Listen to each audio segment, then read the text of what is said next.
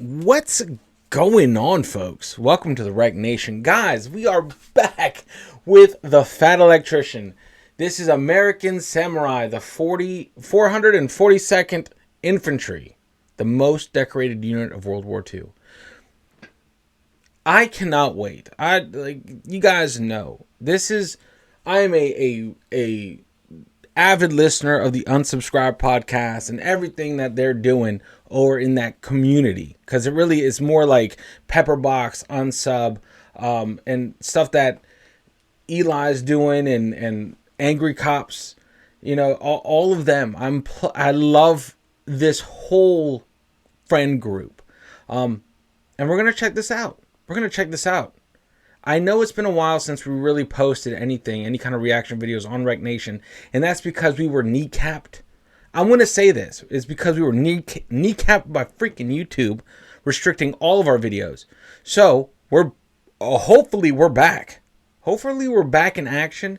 Guys, I'm still doing YouTube along with having a full-time job, so content comes out when it comes out. I'm not foolish enough to make promises anymore on YouTube that we can't keep. So anyway, all that blibber blabbering done. Let's learn, and let's have the best history teacher on on YouTube teach us some stuff. Come on, Nick. Let's go. Well, first, wouldn't it help if I queued up the video? Well, I think it would help a little bit. So let's check this out. All right, here we go. All right, Nick, take it away. And as always, guys, I always catch myself at the end of the video, which isn't the place for it. Make sure you guys watch this first on Nick's channel. You know, very important. Always support the original content creators. Always support the original storytellers before you watch my reaction to it. You know, because I'm watching it for the first time on his channel. So, anyway, guys, much love. Let's go. This is my third attempt in the last year at making this video, but it's one of those ones that you have to get right. Today we're talking about America's samurai, the Niihau, the second generation Japanese Americans that comprise the 442nd Infantry Regiment and the 100th Infantry Battalion, aka the Purple Heart Battalion. Ladies and gentlemen, in World War II, America did what is, in my opinion, one of the most disgusting things that the American government has ever done. They signed an executive order suspending all of the constitutional rights of Japanese Americans and then forced over 120,000 American citizens into an internment camp for the duration of World War II for no other reason than they had Japanese ancestry. Despite that, the sons of these Japanese Americans not only volunteered to fight for America in World War II, they demanded and petitioned for the opportunity to do so. And not only did they fight, they became one of the most effective and decorated combat units in American history. And we're going to get into it right after a word from our sponsor. This video is brought to you by Sundays. It's food for dogs. Isn't that right, Mushu? All right. Okay. Calm down. Anyways, Sundays for Dogs is dog food that's made with a bunch of human ingredients like, you know, actual meat and not, you know, ground up cartilage and pig dicks. The food actually looks different. Like, it actually looks like beef jerky. It doesn't smell like a bunch of dehydrated dog food. It's air dried. It's made here in America. Mushu loves it, and it's pretty much the only thing he'll eat now. Yep. It's like all the other fancy dog foods with none of the downside. I was wondering where he got the name Mushu, and I was like, it has to be Mulan. Has to be, dude. That dog 100% reminds me of that dragon. Don't know how. But as soon as he said Mushu, I'm looking at the dog. I'm like, yeah, I get it. That's right. You don't have to open a can every time you go to feed your dog. You don't have to stick this shit inside your refrigerator. And you can get it as a subscription service, so it just keeps showing up to your house, because at least for me, every time I had dog food on my grocery shopping list, I would always forget. Then I had to make a trip just for dog food. So it's nice to have it just show up at the house. So if you want to give Sundays a try, I'm going to have a link and a discount code down below. Let's get back to the video. All right, our story begins on December 7th, 1941, when the Imperial Japanese attack America at Pearl Harbor. Okay, everybody knows what the attack on Pearl Harbor is, but what almost nobody knows about is the Niihau incident that happened directly after the attack on Pearl Harbor that would change the course of American history. During the second wave of the attack at Pearl Harbor, America was able to get some of their fighter planes up in the air and begin fighting back. Some of these American fighter planes were obviously shooting at the Japanese fighter planes, and one of these Japanese Zeros ends up getting shot in its fuel tank and leaks out a bunch of its fuel. The Imperial Japanese Japanese pilot Suganori Nishikaichi does the only thing he can do in that situation. He makes an emergency landing on what he believes to be a small uninhabited Hawaiian island known as Niihau. However, he was incorrect. The island actually had 135 inhabitants, 133 of which were native Hawaiians, and then there was one Japanese couple, Yoshi and Irene Horata. Now, Niihau is like 140 miles away from Pearl Harbor, so the residents of the island had no idea that Japan was actually attacking America. So when he first made this emergency landing, everybody was happy to help this guy. They thought he was just, you know, a pilot from a friendly country that needed their help. Wow. Then within a couple of hours, word had reached Niihau that America was under attack by the Japanese, at which point the Hawaiians did the appropriate thing. They took him as their prisoner, took away his guns, locked him up, and they were going to hold him for the American government to come and get him. All right, let me ask you this one time.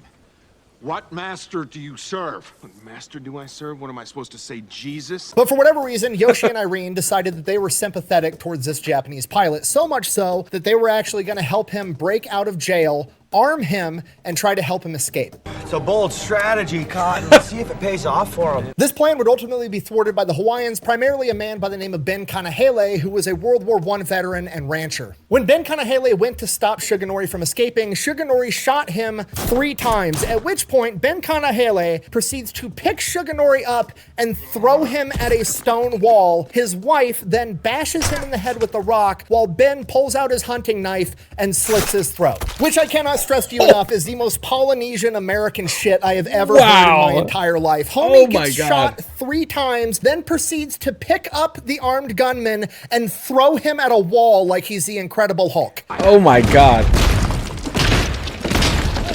Ben, basically. After that, Yoshi, the Japanese man that was trying to help him escape, would also wind up dead, and his wife Irene would end up being incarcerated for the rest of World War II. So Ben Kanahele saves the day. Hooray, that's good. Bad news, this is a really, really bad look for pretty much all Japanese Americans, right? There was 2 Japanese Americans present, and they elected to side with the Imperial Japanese that were attacking America. And this winds up being one of the main catalysts and excuses for the American government discriminating against American citizens that had Japanese ancestry. By January 1942, the Hawaiian National Guard released all of its soldiers that had Japanese ancestry and basically just kicked them out of the army. Which is kind of a big deal because at this point in time, like 40% of the Hawaiian population actually had Japanese ancestry. Then by February 19th, 1942, FDR would sign Executive Order 9066, which effectively suspended all of the constitutional rights of any Japanese American, ordered them to sell their homes, sell their businesses for a much lower value than they were actually worth, and then they were supposed to report to an internment camp for the duration of World War II. With a single pen stroke, 120,000 American citizens lost all of their constitutional rights and went from being a full-fledged American to a prisoner like that. Now, like I already said, I think that is one of the most disgusting things the American government has ever done. However, I do have to get kind of sidetracked because I have a crazy conspiracy theory about this, and it's going to get weird, so bear with me. I'm going to get real weird with it. Meanwhile, block the wind. I'm going to roast this bone.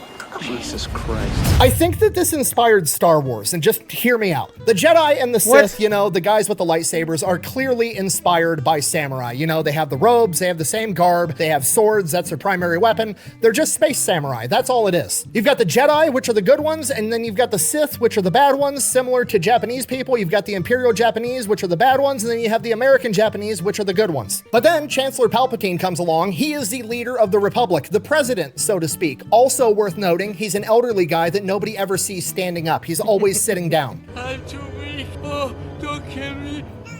And he issues an order to get rid of all the Jedi. He gets rid of all the good guys, just like that. Okay, I know what you're thinking. Chubby Electron guy's reaching too far. He's lost his mind.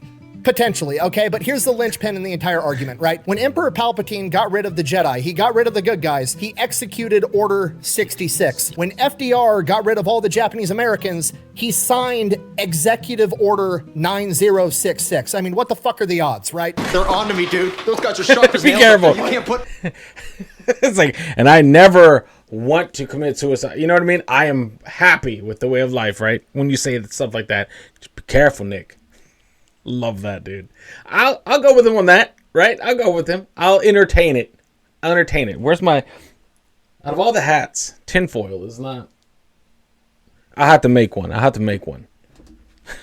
That's crazy. Anything past them. Sorry, I'm getting sidetracked. Anyways, 120,000 Japanese American citizens end up getting thrown in concentration camps inside of America. Shitty, awful, horrible, but It's what happened. In Hawaii, however, things went a little bit different because a significant portion of the Hawaiian population was Japanese and they couldn't throw all of them in a concentration camp. Otherwise, it would crash the entire Hawaiian economy. So a lot of them got to kind of live borderline normal lives. So a lot of the Japanese Americans that were previously serving in the National Guard that got released from duty end up forming what they called the Varsity Volunteers, and they petitioned the Hawaiian governor and they were like, hey, look, I understand I have a Japanese ancestry, but I'm not Japanese. I'm an American. I understand you're not going to let me fight and have a gun, but I still want to help with this war effort any way I can because this is my home and I want to fight for it. And the Hawaiian governor ends up letting them form this volunteer group. And essentially, they just start doing any manual labor jobs that they can do that's going to help with the war effort. They're stringing out concertina wire. They're digging ditches. They're pouring roads. They're pouring airstrips. They're doing anything and everything that gets asked of them. And this goes on for months. And then by June of 1942, the government's like, okay, I get it. You guys are loyal to America. We're going to go ahead. We're going to bring you back into the army, but you're going to be in a segregated all Japanese unit being led by white officers. You're going to be known as the 100th Infantry Battalion. All right. So they take 1,500 of these young Japanese American men that are second generation Americans, also known as Niihau, and they ship them off to Fort McCoy, Wisconsin, which is completely redundant because all of them had already been in the Hawaiian National Guard and they'd already gone through Army basic training, but that's where they send them to go through it again, and they do it. Oh my God, Army, man. Jesus. It's nice to know that the ridiculousness didn't change with time, you know? It's sad that no one learned. It's just still the same. Still the same. Like, that's just the most Army shit out there. Yeah, we're National Guard. We just got kicked out. Go back to basic. What are you talking about, dude? Whatever. Done, drill sergeant? Why did you put that weapon together so quickly, Go? You tell me to, drill sergeant. And while they're there, the Niihau continue to prove that they are 1,000% committed to America, despite the fact that America has given them every reason to not be. And they prove it not with just their general dedication to the task, but while they're actually there, the Army secretly sends in psychologists inside of their command structure to evaluate them, to see if they're lying, to see if they're actually dedicated to America. And all of the psychologists are like, yeah, these guys are 100% legit. They mean it when they say they're here to fight for America. On top of that, they go above and beyond when 5 Niihau end up getting awarded the Soldier's Medal because there was some civilians that went out on a frozen lake and the ice shattered and they were going to drown, and these young Niihau went out and saved these civilians. In addition to that, 26 of them volunteered to go be bait for attack dogs when America was trying to train dogs to be able to sniff out Japanese people for the Pacific Theater. They were literally doing anything and everything that was asked of them, regardless of how shitty of a job it was. And somewhere along the way, it becomes clear to the chain of command, like, okay, these guys are legit. We're going to give them guns and we're going to send them off into combat, but we're going to make sure that we send them off into the European theater. We're not going to send them into the Japanese theater for a multitude of reasons. One, if they get caught as Japanese Americans fighting against Japan, the Japanese are going to absolutely torture them to death and it's going to be horrible. So A, we're going to protect them in that fashion, but B, we also don't want Japanese Americans really participating in the Pacific theater in a combat role, because if the American soldiers that aren't Japanese get accustomed to seeing Japanese guys in an American uniform, eventually the Japanese could figure out like, hey, we're going to start taking uniforms off of dead GIs. We're going to dress up as Americans, infiltrate their ranks, and then wreak havoc behind friendly lines. Just be honest right now. How confident are we that we're going to be able to know who's who, right? Like, there's going to be the Spider-Man meme, like... So at this point, they send him off to Camp Shelby, Mississippi for advanced infantry cut. training. And then FDR announces that he's going to form an even larger all-Japanese Niihau regiment, the 442nd. Now, the American government is hoping to get 4,500 volunteers to be in the 442nd Infantry Regiment, which is kind of a big ask from a community of people that you've just taken all of their civil rights away and then thrown them in a prison. And not only do they end up getting 4,500 volunteers, they get over 10,000, which is absolutely insane, because I'm going to tell you right now, if you incarcerated my entire family for no other reason than the color of their skin and then asked me to go fight in a world war for you, I would probably tell you to go fuck yourself. So all 10,000 of these dudes are far bigger men than me. Speaking of bigger men than me, one of the volunteers is a young man by the name of Daniel Inouye, who is currently in med school trying to be a doctor. When Pearl Harbor happened, he ran to the nearest Blue Cross aid station and started working around the clock treating the wounded. And he's been volunteering at aid stations and hospitals for months while also going to med school ever since Pearl Harbor happened. So when he goes to the draft board tells him, like, no, you're too valuable where you're at. You're going to go off and become a doctor. On top of that, you're already doing a bunch of work for us stateside. We don't want to send you off to combat. So he's like, okay, I'll be right back. He leaves, drops out of med school, tells the hospital he's not coming back to help anymore, and then goes back to the draft board and is like, I just quit my job and I dropped out of med school. Fucking send me. So they end up sending him, and he ships off with the rest of the 442nd Infantry Regiment for basic training 2 days later. While the 442nd ship off to get their training started, the 100th Infantry Battalion is finishing up their advanced training at Camp Shelby, Mississippi. They are then sent off to North Africa, and they get there in September of 1943. So they land in Oran, which is a major port city in Algeria, and from there they get attached to the 34th Infantry Division, aka the Red Bulls, in particular the 133rd Infantry Regiment, aka the Iron Men, which, cool part, that's my old unit. Not so cool part, the commander is kind of a dickhead because when he has his greeting speech to the 100th Infantry Battalion, he openly refers to them as the guinea pigs from Pearl Harbor. And not that I'm trying to defend Commander Mark Clark for calling them guinea pigs, I'm absolutely not, but to put it into a little bit of context, a lot of people have a lot of doubts that the Niihau soldiers are going to be effective on the battlefield, okay? The average Niihau soldier at this point in time was between 5'4" and 5'6" and weighed somewhere between 120 and 140 pounds, and they just got attached to the 34th Infantry Division, which is based out of the Midwest, okay? The 34th Infantry Division, by and large today, but especially back then,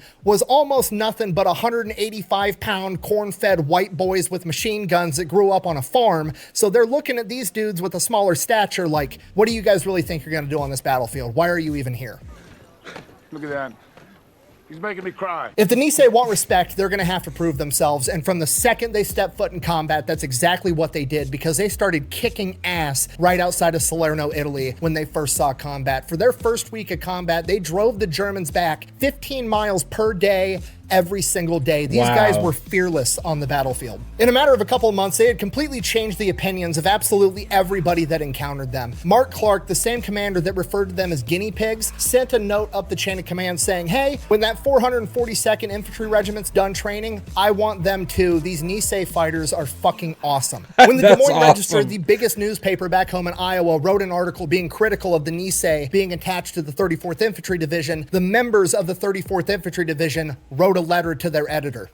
And I quote, "We're Iowa boys of the 34th Division. We have fought side by side with the boys of Japanese descent. We know plenty of folks that call themselves Americans that have done much less to prove they give a hang about their country. There have been times when these Japanese, as you call them, have saved many lives, only because they have proven themselves better Americans than some that were not of Japanese descent." So not only are the Niihau of the 100th Infantry beating the Nazis, they are also winning over hearts and minds left and right, and they're just getting warmed up. All right, by January of 1944, the 100th and the rest of the Allied forces have advanced through North Africa, and they have come up to the German Gustav Line. The Gustav Line is effectively the line in the sand that Germany has drawn, where they are not going to let the Allied forces advance past this point. It is heavily fortified, they have the high ground, they have all the advantages, and they are going to fight tooth and nail to not let Allied forces penetrate through this line into Europe. And one of the most vital areas of the Gustav Line is where the 100th Infantry is at. It's at Monte Cassino. Cassino is a small town, and then above it, on a humongous hill overlooking the town, is an old monastery that the Germans have turned into a massive fortress. And not only that, they've went and chopped down all the trees on the hills and the ground in front of the monastery, knocked down all the buildings, so there's absolutely nothing to provide cover or concealment in case they assault. So you're pretty much running through an open field uphill into German machine gun fire if you try to take this position. And that's exactly what America's going to do anyways, because it's the only option. And because the 100th Infantry, which I'm now going to refer to by their nickname, the One Puka Puka, because it's easier for me to say, has developed a reputation for being both fearless and willing to take on any challenge, they are selected to lead the first assault on Monte Cassino. January 17th, 1944 at midnight, Alpha and Charlie Company of the One Puka Puka are going to take off, advance up this hill. They fight all the way up this hill and make it to the outer stone walls of this monastery, where they get pinned down and they continue to fight all night long. They're taking heavy casualties. They're running out of ammunition. It is straight up not a good time. They need more ammo. But now it's broad daylight out. So they're going to have to send in reinforcements. So they send in Bravo Company of the 1 Puka Puka. But if they go out in broad daylight up this hill with no cover, they're going to get absolutely mowed down. So they drop a bunch of smoke. Bravo Company starts advancing through the smoke, and then the wind shifts and blows all the smoke away, and they get just utterly destroyed. Man. Of the 187 men of Bravo Company, only 14 of them end up making it to the wall. After taking that many casualties and running out of ammunition and having fought all night already, they are finally ordered to withdraw. A couple of weeks later, the Allied forces launch another major attack on Monte Cassino and the Gustave Line. This time, the 1 Puka Puka is ordered to take Castle Hill, a neighboring hill to the monastery that's of vital importance to be able to cut off support. The Niihau actually managed to fight their way up the hill and take the top of the hill, and they managed to hold it for 4 straight days, fighting their asses off. But then eventually the flanks of the 34th Infantry end up collapsing, and they're about to get completely surrounded and stuck on top of this hill, at which point they are ordered to withdraw again. By this point, the 100th Infantry Battalion has lost 50% of their men, and they are ordered to the rear where they can recuperate and pick up reinforcements to replenish their ranks. People start referring to them as the Purple Heart Battalion and the Little Men of Iron, a play on the 133rd Infantry Regiment's Iron Men nickname. After a brief recuperation, they are then sent to a different spot on the Gustave Line near Anzio, and this spot of the line is essentially World War I-esque warfare. Each team has their trench, and there's just no man's land in between. For 2 months straight, all they do is sit inside their trenches and their foxholes. They fight all night and they sleep all day. The 1 Puka Puka starts referring to it as Dracula days. They sleep during the day, they draw blood at night. While the 1 Puka Puka is there, there is a third major attack on Monte Cassino by other Allied forces that also fails. At this point, the chain of command's getting restless. They're pissed. They need to break through the German Gustave Line, and eventually they come to the conclusion, fuck it, we're just going to pick a point where we're going to attack, and we're going to hit that singular point along the line with absolutely everything we've got. The problem is the Germans have massive tank units in the area too, and they need to know where those tank units are, because if they decide to attack at a singular point, and that's the point where there's a bunch of German tanks, it's not going to go that great for the Allied forces. So they need to figure this out. Otherwise, this is going to be a humongous gamble. At this point, a member of the 1 Puka Puka steps forward and goes to the chain of command because he's got an idea, and that man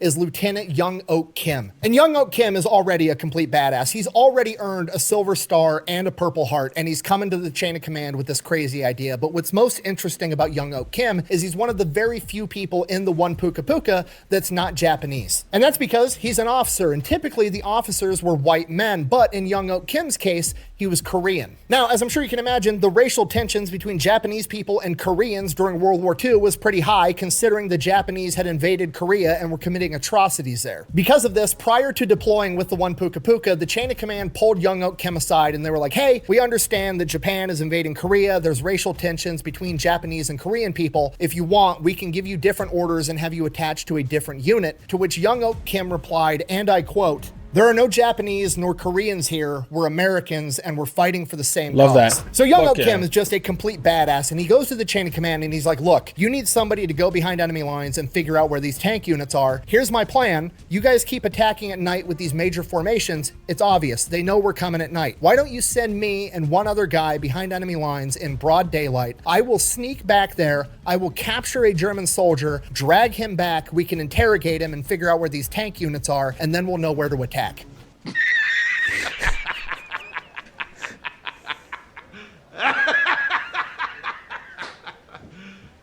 You serious? Okay, now right out of the gate, that's kind of a stupid idea, right? You're really going to go behind no man's land, capture an enemy soldier, drag him back without getting caught and killed. But the Allied forces are desperate, so they're like, you know what? It might work, and if it works, it's not that stupid. They give him the green light, and he sets off to do it. May 16th, Lieutenant Kim and PFC Irving Akahoshi crawl through no man's land through an open wheat field in broad daylight, crawl all the way behind enemy lines where they find a German unit that had been up all night manning their machine guns. They then stalk them further behind enemy lines and watch them as they eat dinner, breakfast, whatever they're eating at this point in time. Watch them eat and then fall asleep. And then when two dudes go to, be the guards, they stalk them and then they end up sitting there and waiting till they fall asleep, and they wake them up by shoving their guns in their mouths so they can't scream. Kim and Akahoshi then take their 2 German prisoners, smuggle them back through no man's land, behind friendly lines, turn the prisoners over, they get interrogated, they gather the intel as to where the German tank units are, and define the battle plans for the entire Allied advance. 48 hours later, after setting off on his mission, the Allied forces launched their attack in Monte Cassino Falls on May 18th. Lieutenant Young Ok Kim is then awarded the Distinguished Service Cross, the 2nd highest award in the American military. And as he's getting that pinned on his chest, Commander Mark Clark looks down and sees his 1st lieutenant rank, and then points over to a captain nearby and is like, "You, Mayor." Captain approaches, he rips the captain rank off of this guy and pins Lieutenant Young Ok Kim as a captain as well. Cutting back to the rest of the over at Anzio, they also coordinated the attack with the 4th Battle of Monte Cassino, so that if Monte Cassino fell, they were also going to launch their offensive, hopefully driving the Germans back, so that they broke the Gustav Line in 2 locations. That way, they could advance forward and in and either crush the Germans in the middle, or the Germans would be forced to retreat.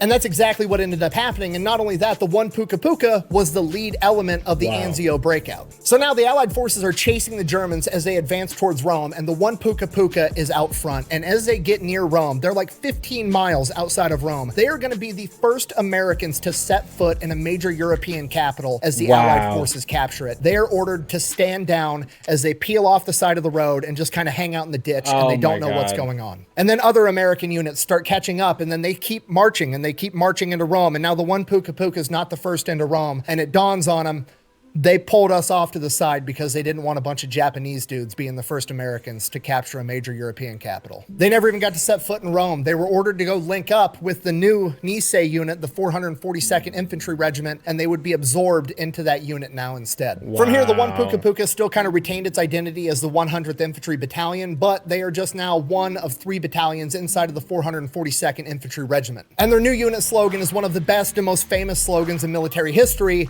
"Go for broke," which is a Hawaiian slang term that basically means I'm going all in. I'm pushing all my chips into the table, because that's exactly how these guys felt. They're all in this shitty situation where their former homeland is attacking them and their new home seemingly doesn't want them. So they're picking their side and they're going all in. From here, the 442nd is ordered to head north and take over a town called Suareto, and this is going to be the first major military operation that they get to conduct by themselves. This is the ultimate point that they get to prove themselves, where they can say, "We did that alone and nobody else helped." And they do it with surgical precision. They end up taking the 2nd and 3rd battalions of the 442nd Infantry Regiment, and they attack the front of the town, and then they send the 1st Battalion, the 1 Puka Puka, around the backside to flank their retreat. Now, 2nd and 3rd Battalion, this is the first time they've seen combat. These guys are green. They just got out of training. So the Germans actually end up launching a semi-successful counterattack, but the 1 Puka Puka, 1st Battalion, sees it happening, and they instantly, without orders, adjust, go through, and they flank the Germans from the side, completely crushing them and taking over the entire town. From here, the 34th Infantry Division continues to advance deeper into Europe, and the 442nd alongside them is credited with over 1,100 confirmed kills and capturing 331 German prisoners of war.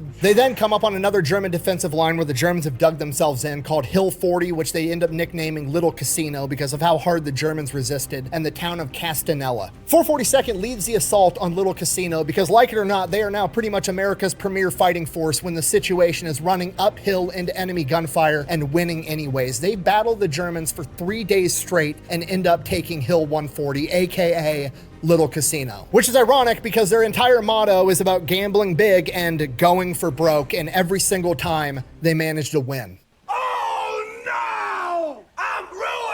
From here, the 442nd goes on R&R for a little while. Then they get called back in. They are going to go into France, and they are getting detached from the 34th Infantry Division, and they are getting reattached to the 36th Infantry Division out of Texas. They travel 500 miles by foot and rail into France. They link up with the Texans, and they go back into battle. Now, combat from here, the terrain's completely different. They're in the Vosges Mountains. This combat is brutal. They're in heavily wooded forests, and every time they have to take a hill with Germans on top of it, the Germans retreat, run down the hill, run right up another hill, and then they have to fight up the high ground again. It's absolutely miserable. God. And the first thing they need to do is they need to take over a town called Broyères, and in order to do that, they have to take over all the hills surrounding the town. There's 4 big ones, A, B, C, and D. The 442nd is in charge of taking over all the hills, while the rest of the 36th Infantry goes in and takes over the town. 442nd goes to work, they do their thing, they run uphill into German machine gun fire, take the hills anyways on A, B, and C. But on D, the Germans are putting up a hell of a fight. This battle goes on for hours. It's just a seesaw battle of they drive up the hill, they get driven back down, they drive up, they get driven back down. It is yard by yard,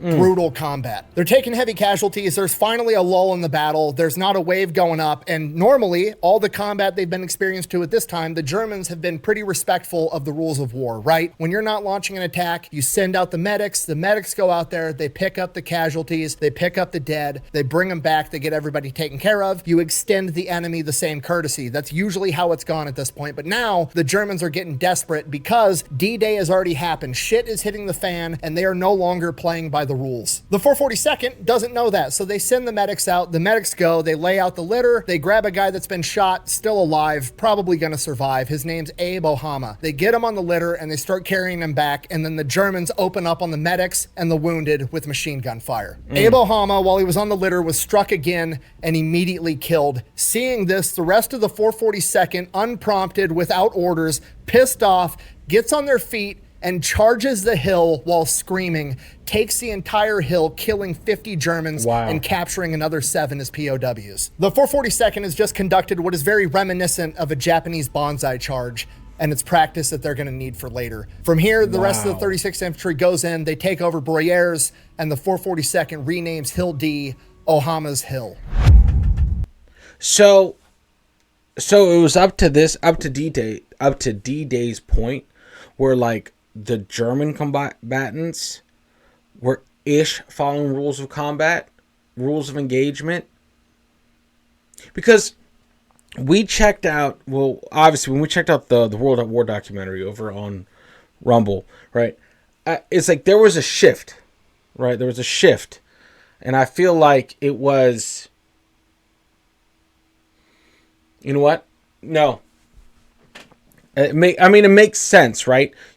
D-Day happened. You're on the defensive. There are no more rules in your eyes. So you're shooting medics.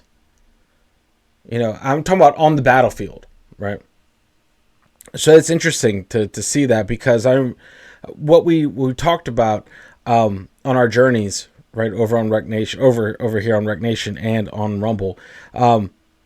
The beginning of the war, you know, POWs, right, prisoners of war, like the military ones taken on the battlefield, it was just like a different life. They were treated like, well, obviously POWs, but POWs, not garbage, right? Not complete garbage. So after D-Day, that's when started changing for the Germans. The fighting style, when they just got more against the rules of engagement. So that's something I thought about but never like put it all together as to why or when that happened. And I guess D-Day is a perfect, here it is. This is, from now on, it's just changed, right?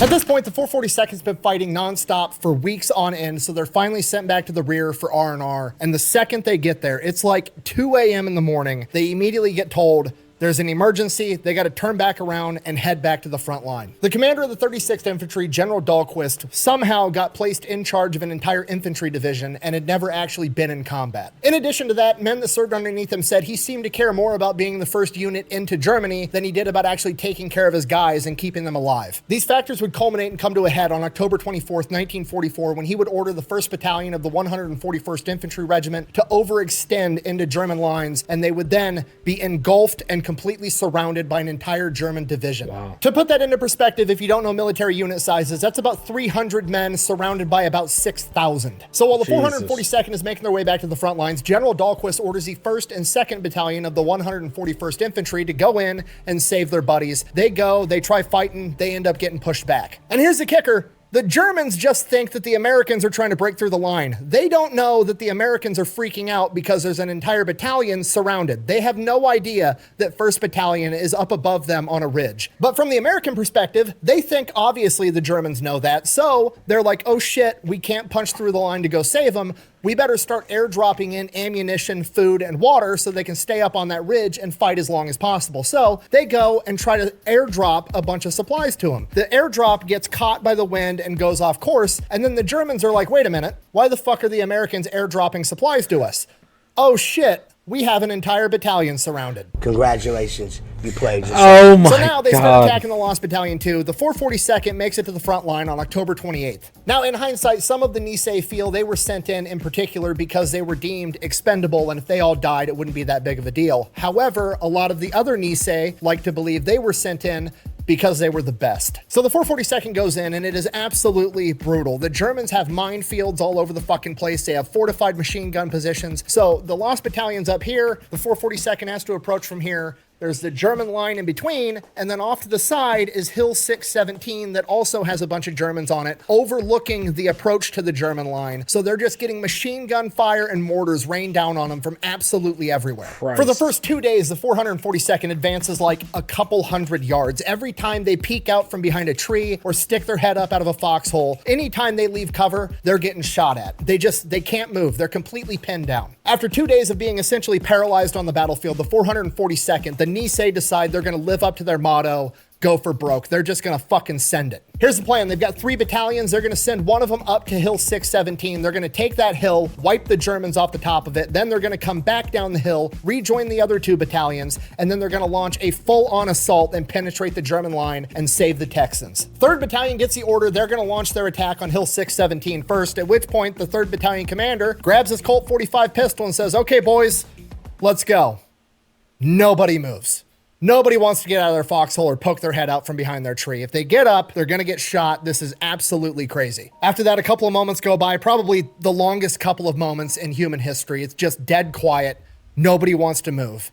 And eventually, 2nd Lieutenant Edward Davis, the last officer in his company, stands up and gets on his feet as all the other Niihau are looking at him like he's crazy. And he turns to his highest ranking NCO, Sergeant Kohashi, and asks him, doesn't order him, he asks him, will you go with me?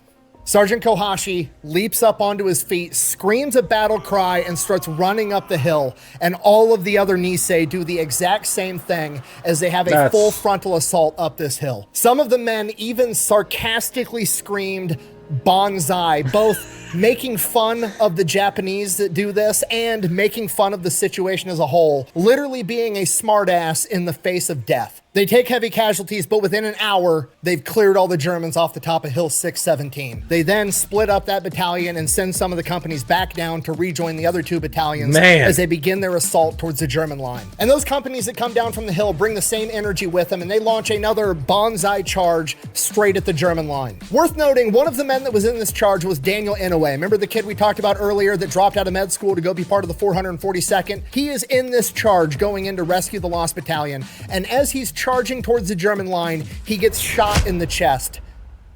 But he carries $2 silver in his front breast pocket for good luck, and they literally deflect the bullet and save his life. The 442nd then proceeds to fight and break through the German line, and what happens next is probably one of the coolest moments in human history. Cutting back to the Lost Battalion, they've been surrounded and fighting for their lives for the past 5 days. They're starving, they're dehydrated, they're low on ammunition, and there's this 19-year-old Texan kid in his defensive perimeter with his gun pointed outward, just waiting for the Germans to come and get him. There's fog, there's smoke, he can't see shit, and off in the distance he sees a silhouette approaching, and it's getting closer, and it's getting closer, but the silhouette's not shooting at him, so he doesn't shoot at them. And as it gets closer, he can start to see the person through the smoke, and it's a Japanese guy in an American uniform, Private First Class Matt Sakamoto.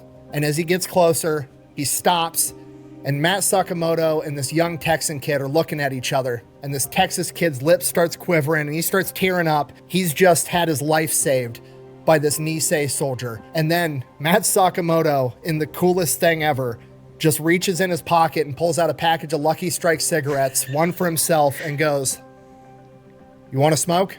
And a couple seconds after that, the rest of the Niihau come walking through the smoke, and they've rescued the Lost Battalion. Wow. 64 men of the Lost Battalion were killed in combat. 211 of them were saved by the 442nd. To save those men, the 442nd sustained 800 casualties, 120 dead, and 680 wounded. And it is at this point that a rational person that's maybe never served in the military would ask, is that even worth it? Should they have went in there to rescue them if it costs that much? And the answer is unequivocally yes. And it's not because the Niihau were expendable or that they were worth less than the Texans. It's because nobody's expendable. When you join the United States Army, when you become a soldier, they make you say the Soldier's Creed over and over and over again ad nauseum. And in the Soldier's Creed, it says, I will always place the mission first. I will never accept defeat. I will never quit. I will never leave a fallen comrade. And those aren't just words that they make you say because they sound good. No, it's a promise to the person to the left and the right of you that no matter how bad shit gets, we're going to come to get you because you're one of us. You're not just some number on a spreadsheet that we can plug into a mathematical calculation and determine if you're worth saving or not. No, you're an American soldier and we're coming to fucking get you.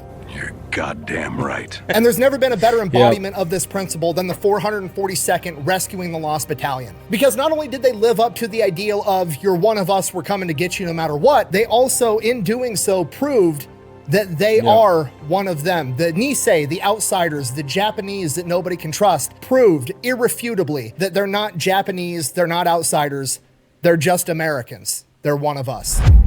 Love that, man. Okay, now, finally, after getting pulled off of R&R almost immediately to go save the day and rescue the Lost Battalion, they are then finally sent to southern France where they can actually have some R&R. And from November till March, they're on a security detail that's relatively low impact. They get to rest, recuperate, they get their ranks replenished, and this is referred to as the Champagne Campaign. Then in April of 1945, the Allied forces finally make it to the German Gothic Line, their last-ditch effort of defenses inside of Italy. It is heavily fortified, and like everything else the Germans made, it's believed to be impenetrable.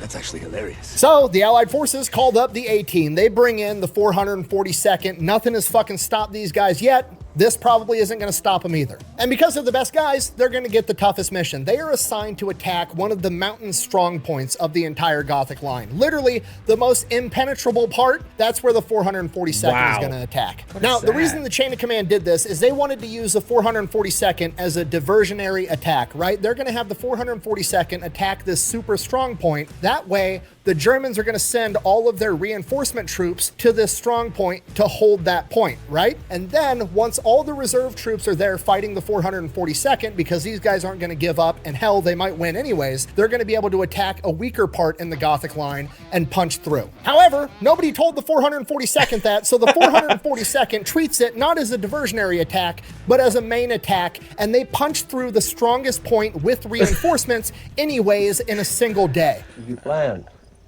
It worked. And during that attack on April 1st, 1945, the main character that's been there all along would finally emerge. Daniel Inouye, the 18-year-old kid that dropped out of medical school and put his dreams of becoming a surgeon on hold to go off and fight for his country. Daniel Inouye, the guy that helped save the Lost Battalion and had his life saved by $2 silver when he was shot in the chest, had ended up getting promoted in the field to a lieutenant and was now leading an entire platoon. During the attack on the Gothic Line, Daniel Inouye's platoon gets pinned down by 3 German machine gun nests with MG-42s, the most terrifying machine gun of World War II. With his entire company pinned down, Daniel decides that he's going to live up to the unit motto of go for broke, and he's going to do some gangster shit. Advancing by himself, he gets shot in the stomach, fights through it, gets to the German machine gun nest, hits it with a grenade, blows it up, immediately shifts to go to the next German machine gun nest, makes it all the way there, throws another grenade in that one, takes out the Germans there as well. He then crawls up to the 3rd German machine gun nest, gets within 10 yards,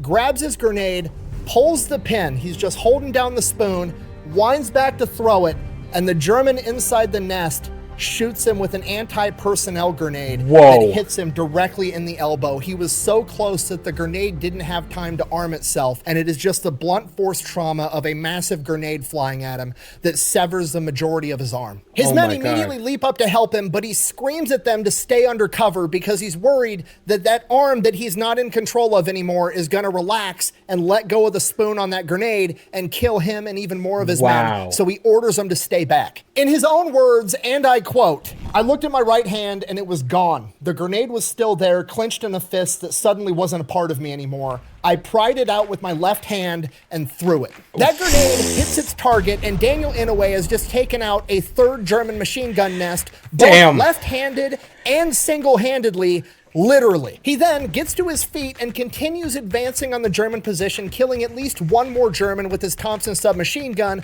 before getting shot in the leg and collapsing to the ground unconscious. He then wakes back up flat on his back, looking up at his men who are looking down at him, and he hits them with the hardest line in military history, and I quote, "Nobody called off the war." Literally telling his dudes, quit worrying about me and assault the fucking objective. Dude. And as if that wasn't gangster enough, Daniel Inouye is then rushed to the rear where he receives emergency medical treatment and has to get his arm amputated in the field completely sober. He had already received too much morphine in the field. They couldn't give him any more without killing him.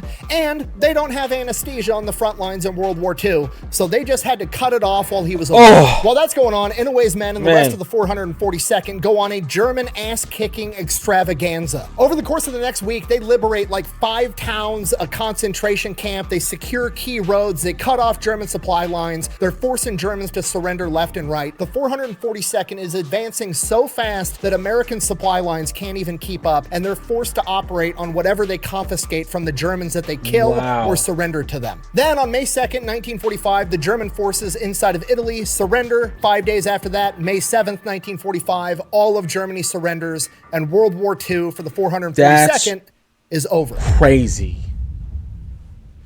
When all was said and done, approximately 18,000 men fought in the 442nd Infantry Regiment. And those 18,000 men were awarded more than 18,000 medals, making them the most decorated unit in U.S. military history for their size and tenure. A few of those medals include 8 Presidential Unit Citations, which is like the Medal of Honor for a military unit, and they earned 5 of them in a single month. 21 Medals of Honor, 29 Distinguished Service Crosses, somewhere between 360 and 600 Silver Stars, 4,000 Bronze Stars, and 9,486 Purple Hearts. And that is the story of the Niihau, the Americans that made up the 442nd Infantry Regiment that had every excuse in the world to hate America and chose to love and fight for it anyways. Thank you for watching. Best way to support the channel is go buy some merch over at thefatelectrician.com. Quack bang, out. You fought not only the enemy, but you fought prejudice, and you've won. Keep up that fight, and we'll continue to win. To make this great republic stand for just what its Constitution says it stands for, the welfare of all the people, all the time. Man. Amazing, dude. I feel like I'm forgetting something. Oh, Daniel Inouye, the main character. Yeah, so he made a full recovery. He survived World War II. Not only that, he goes back home, and you can't exactly be a surgeon with one hand. So Daniel Inouye gets involved in politics, graduates college, ends up becoming one of the government representatives for the United States territory of Hawaii. He is then instrumental in Hawaii becoming a state, and once Hawaii becomes a state, he then becomes Hawaii's state senator until he passes away in 2012. Now, I realize that I've just glorified a politician, and that's inevitably going to rub somebody the wrong way for some reason, and to be honest, I've intentionally avoided looking at his political career while researching for this video. I genuinely have no idea right now whether that man was a Republican, a Democrat, an independent, something in between. I have no idea. But here's what I do know. Regardless of what his politics were, I have the utmost confidence that that's the type of dude that I want in a leadership position, because at the end of the day, I have absolute confidence that he wants what's best for the country and not what's best for his party, which is extremely hard to find in a politician. Facts. So yeah, thanks for watching. I really hope I did that story justice. See you later. On the day I left to put on the uniform, and so he accompanied me on the streetcar, sitting side by side, and both of us looking straight ahead, and nothing is said until we get close to the destination. When we know that the streetcar is going to stop, he clears his throat and he says, "This country has been good to us. It has given me jobs. It has made it possible for you to go to school. We have lived a good life. We owe a lot to the country. Therefore, if you must give your life, so be it. But whatever you do, Do not dishonor the family.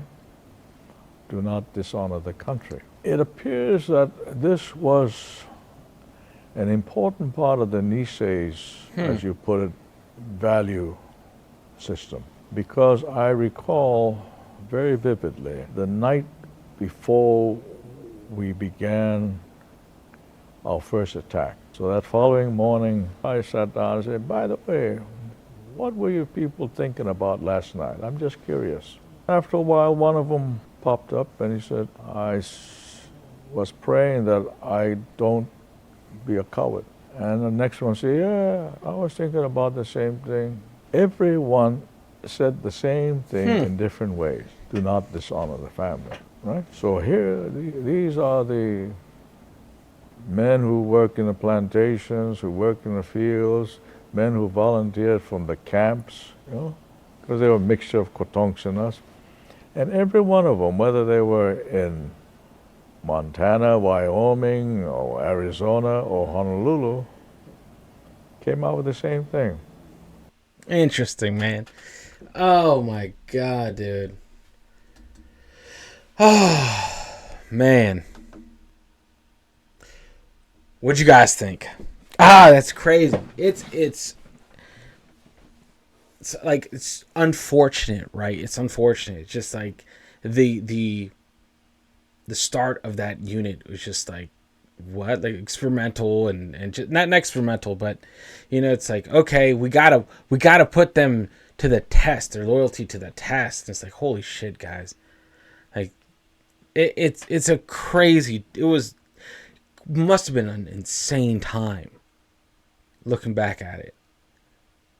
You know, like, you have to prove more so that you want to fight for the country than everyone else. And you're scrutinized more than everyone else just to go out there and still be treated like bullet catchers. And pretty much you're like, okay, F it. If I want to be the bullet catcher, I want to catch all of them. And I want to send them all back and be the most epic legend I can be. Oh, man. What a story, man. That's why I love these videos. That's why I love Nick and what he's doing. Oh, man.